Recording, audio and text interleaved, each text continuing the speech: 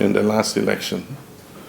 And we came up strongly and said that if we won the election, we were going to take up the fight against corruption and the issue of accountability of public officers. We were going to take it up very strongly. And so it was a commitment we made to the people of Ghana. And we launched a program called Operation Recover All the Loot. It was a very popular program with Ghanaians, and anywhere you speak and you mention oral, I mean, the applause and the response you get was very overwhelming. So it shows that it's an issue that Ghanaians are very concerned about. And of course, the fight against corruption must be important because the ordinary people realize that the more the political elite steal, the more fewer resources are available for the most important things like healthcare, like education, and so on and so forth. So I said last year before the election that this probably was going to be the last opportunity for us as the political leaders of this country to show Ghanaians that yes, we can have a democratic government that is accountable and that takes the fight against corruption seriously. And so since 7th January, we've been involved in a strong fight against corruption. We've published a code of conduct for political appointees, very stringent code of conduct. And we're going to have an orientation. I think Professor Addo and the Chief of Staff have asked them to do an orientation for all our office holders, including our Chief Executive Officers and deputies and political appointees, to take them through the code of conduct so that they understand what is expected of them. One of the major problems that was affecting our fight against corruption was political interference. The anti-corruption agencies were not allowed to do their duty without being interfered with by the political elite.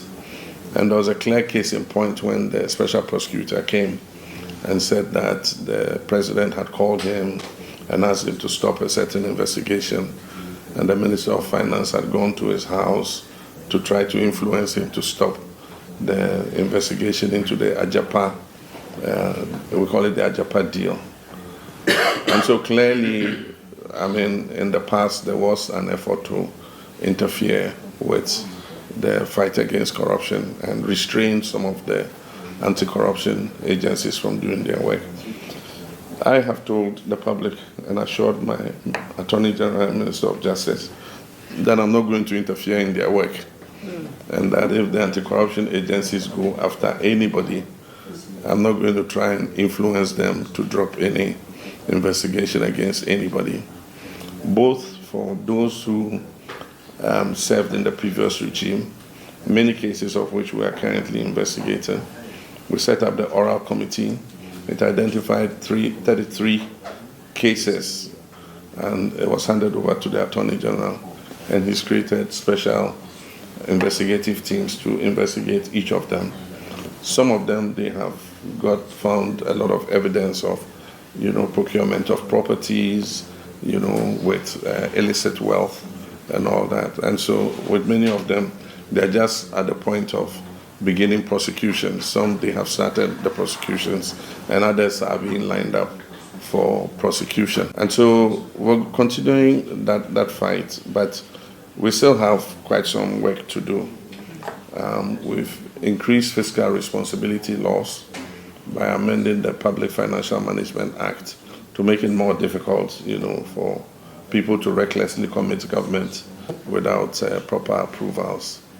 And aside from that, I inaugurated a Constitutional Review Committee to look at issues of the Constitution again, some of which border on the fight against corruption, like, for instance, the asset declaration regime.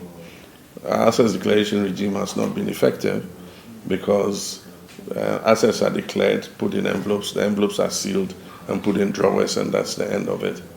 There's no follow-up in terms of verifying that those assets are really exactly what have been declared. And so we are expecting the report of the Constitutional Review Committee in August. And I'm sure that some of the recommendations will cover issues to do with access declaration and other means to support the fight against corruption.